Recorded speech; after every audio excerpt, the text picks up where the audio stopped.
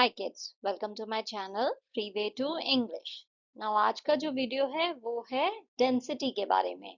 ये कोई चैप्टर नहीं है आपकी बुक का, बट हमने जो लास्ट चैप्टर करा था हाउ थिंग्स वर्क, उस चैप्टर में हमने डेंसिटी के बारे में पढ़ा था। तो इस वीडियो में हम डेंसिटी को थोड़ा अच्छे से समझेंगे, ठीक है, थोड़ा डिटेल में समझेंगे कि ऐसा क्यों होता है। कुछ चीजें पानी में तैरती हैं और कुछ चीजें जो हैं वो डूब जाती हैं। क्यों हो रहा है ऐसा? डेंसिटी की वजह से हो रहा है। बट डेंसिटी क्या है वो हम इस वीडियो में समझेंगे। नाउ डेंसिटी का मतलब क्या है? डेंसिटी का मतलब है दुनिया में जितने भी ऑब्जेक्ट्स हैं, जितनी भी चीजें हैं, वो चीजें जो हैं कुछ मॉलिक्यूल से बनी हैं, मैटर से बनी हैं। तो वो जो मैटर है वो उस चीज के अंदर कितना है, वो कितना टाइटली पैक्ड है, वो है उसकी डेंसिटी। जैसे सपोज आपने एक पत्थर लिया, एक हैवी सा स्टोन आपने अपने हाथ में लिया।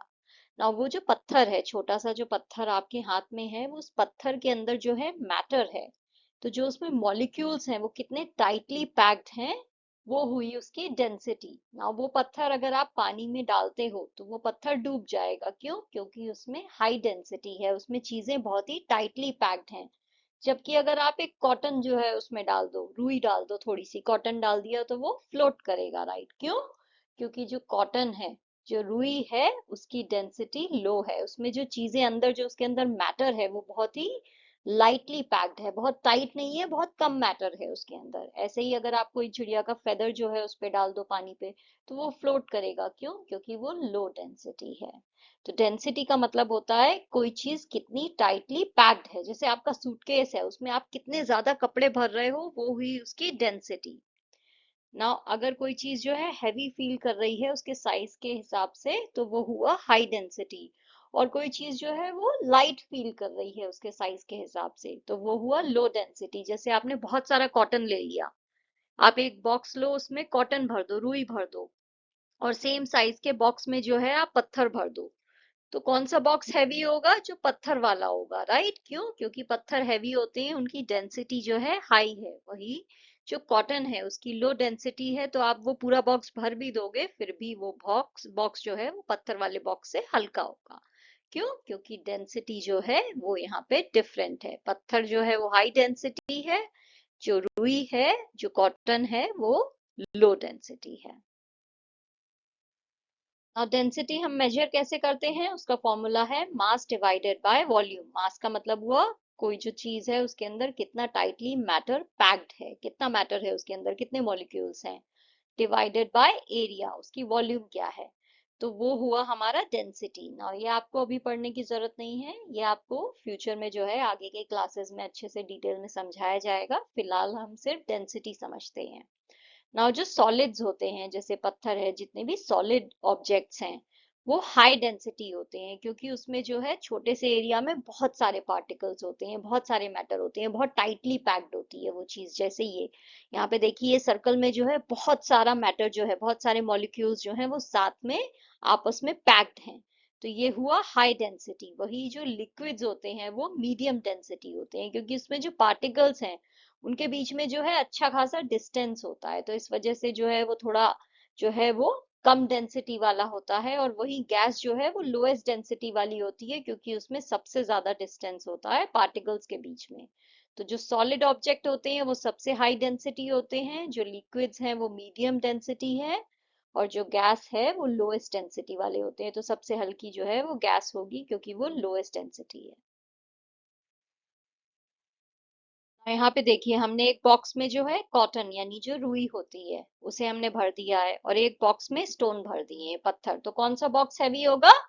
पत्थर वाला, क्योंकि पत्थर जो है वो हाई डेंसिटी वाला ऑब्जेक्ट है, वही जो कॉटन है वो लो डेंसिटी है। तो ये हल्का फील करेगा, भले ही जो है आपने बॉक्स को, दोनों बॉक्स को जो है भरा है, पूरा इक्वल उससे भरा है, बट इनका वेट जो है वो डिफर करेगा डेंसिटी की वजह से।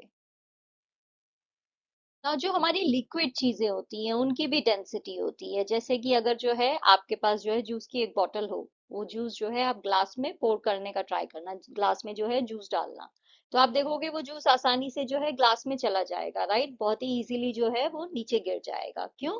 क्योंकि वो जो है कम डेंस है, उसकी डेंसिटी कम है। वही अगर आप हनी लो, आपके घर में अगर हनी की एक बॉटल है तो हनी को जो है ग्लास में या एक कटोरी में पोर करने की, ऐसे डालने की कोशिश करना। आप देखोगे हनी बहुत धीरे धीरे जो है नीचे गिरेगा। क्यों? हनी की डेंसिटी जो है वो हाई होती है, वो ज्यादा डेंस होता है, उसके अंदर जो पार्टिकल्स हैं, जो मैटर है, वो बहुत ही टाइटली पैक्ड होते हैं, तो इसलिए उसकी डेंसिटी ज्यादा है, वही जूस की जो है वो कम है। देखिए अगर हम हनी को जो है वो ग्लास में डाल रहे हैं तो हनी जो है धीरे धीरे नीचे जाएगा और ये पानी में डूब जाएगा। क्यों? क्योंकि इसकी डेंसिटी ज्यादा है। वहीं जो जूस है वो एकदम से ग्लास में गिर जाएगा, तो पानी में तो ऑफ कोर्स वो मिक्स हो जाएगा क्योंकि सेम डेंसिटी है। तो जूस जो है वो लो डेंसिटी है और हनी जो है वो हाई डेंसिटी है, इसलिए वो पानी में डूब जाएगा। तो जो चीजें हाई डेंसिटी वाली होती हैं वो पानी में डूब जाती हैं, और जो चीज लो डेंसिटी वाली होती है, जिसकी डेंसिटी पानी से कम है, वो चीज जो है पानी पे तैरती है। ना यहाँ पे देखिए तीन ऑब्जेक्ट्स हैं, कॉक, वुड एंड एल्यूमिनियम। कॉक जो है वो भी लकड़ी का बना होता है, वो बहुत ही हल्की लकड़ी होती है। और यहाँ पे वुड है और ये है मेटल हमारा। ना कॉक जो है क्योंकि वो लकड़ी का बना हुआ है, तो लकड़ी जो है वो पानी से कम डेंस होती है, इसलिए जो है ये पानी पे तैरेगा, फ्लोट करेगा। वुड भी पानी पे फ्लोट करेगा क्योंकि इसकी डेंसिटी पानी से कम है। वहीं जो एल्यूमिनियम है इसकी डेंसिटी हाई है, इसलिए ये पानी में डूब जाएगा, सिंक कर जाएगा। देखिए नीचे जा रहा है ना, ये डूब जाएगा, ये दोनों तैरेंगे। क्यों?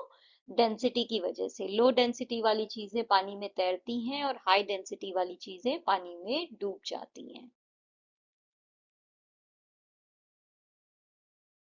हाँ, अब एक एक्सपेरिमेंट है जो आपको अपने घर में ट्राई करना है। क्या है एक्सपेरिमेंट? आपको एक सिंपल सा ग्लास लेना है जिसमें पानी भरा हुआ हो। उस ग्लास में जो है आपको एक रेजिन, किशमिश जो होती है, वो आपको उसमें गिरानी है। आप देखोगे कि ये जो किशमिश है ये पानी में नीचे जाके डूब जाएगी, सिंक कर जाएगी, डूब जाएगी। क्यों? क्योंकि जो रेजिन है उसकी डेंसिटी जो है वो पानी से ज्यादा है, इसलिए ये डूब जाएगी ना। इसी पानी के ग्लास में जो है आप एक स्टाइरोफोम, जो आपके घर में वो आता है ना, थर्मोकॉल के जो आते हैं घर में पैकिंग के लिए, जैसे कभी आपके घर में टीवी आया हो, फ्रिज आया हो, तो जितनी भी पैकिंग वाली चीजें होती हैं उसके अंदर स्टाइरोफोम डला हुआ होता है, थर्मोकॉल। तो थर्मोकॉल का एक टुकड़ा तोड़ना, आप बड़ा सा टुकड़ा भी तोड़ लेना, ग्लास से ऑफ कोर्स छोटा हो ताकि वो ग्लास में गिर जाए। तो छोटा सा उसका एक टुकड़ा तोड़ो आप और उसे पानी में डाल दो। फिर देखो वो टुकड़ा जो है, जो स्टाइरोफोम, थर्माकोल का जो टुकड़ा है, वो पानी में फ्लोट करेगा। क्यों? क्योंकि ये जो स्टाइरोफोम है इसकी डेंसिटी पानी से कम है, लेस डेंसिटी वाला है, इसलिए ये पानी में तैरेगा। जबकि जो रेजिन है, जो किशमिश है, वो पानी में डूब जाएगी। आपने कभी देखा है कि एक बड़ी सी शिप जो है वो पानी में फ्लोट करती है, तैरती है, राइट? शिप तो इतनी बड़ी है, उसका साइज इतना बड़ा है, फिर भी वो पानी में जो है तैर रही है। क्यों? जबकि वो तो हैवी मेटल से बनी हुई है।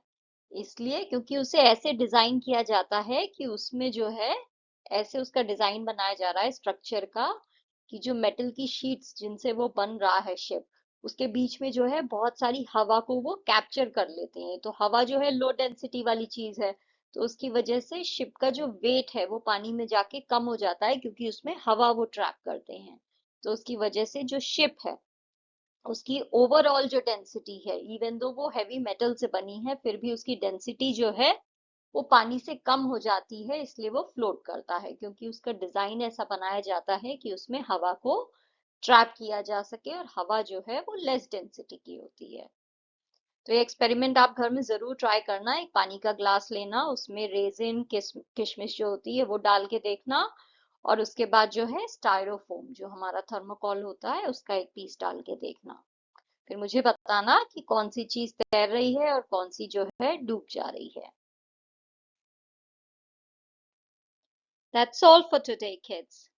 If you enjoyed this lesson, don't forget to like, share, and subscribe to the channel. See you in the next video. Until then, stay smart, stay curious, and stay strong. Bye.